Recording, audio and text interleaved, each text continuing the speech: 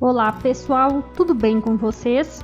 Seguindo as nossas aulas de pontos básicos do crochê, hoje vou fazer as diminuições. Elas são fundamentais para fazer muitas peças do crochê, incluindo roupas e peças do dia a dia. Para fazer as diminuições, utilizei a linha mais cor da Neofios. Esta linha é um barbante número 6 na cor verde abacate e uma agulha 3 milímetros. Para começar, utilizei como base das diminuições 10 pontos altos. Para subir a carreira, faça 3 correntinhas, o que corresponde à altura de um ponto alto. Vire o trabalho. Estas correntinhas equivalem ao primeiro ponto da carreira.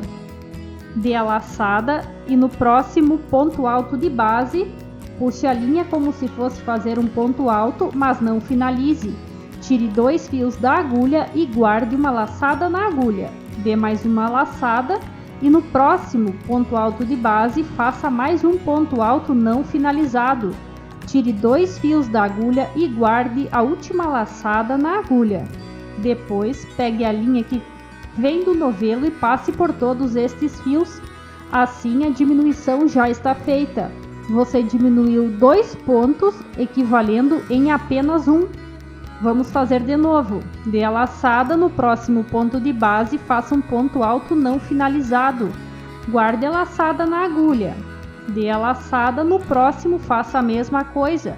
Tire 2 fios da agulha e guarde a última laçada na agulha.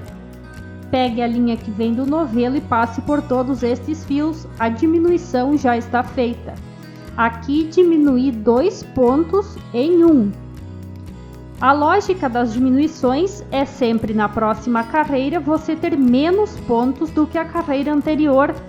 Então você sempre deve seguir a receita, o gráfico ou ainda a videoaula que você está seguindo para saber corretamente o número de diminuições que você deverá fazer. Desta forma, você poderá diminuir quantos pontos forem necessários. Aqui vou diminuir 3 pontos da carreira anterior em apenas um. Veja como fica aqui. Então, as 2 primeiras vezes que fiz aqui, que estou mostrando, diminuí 2 pontos em 1.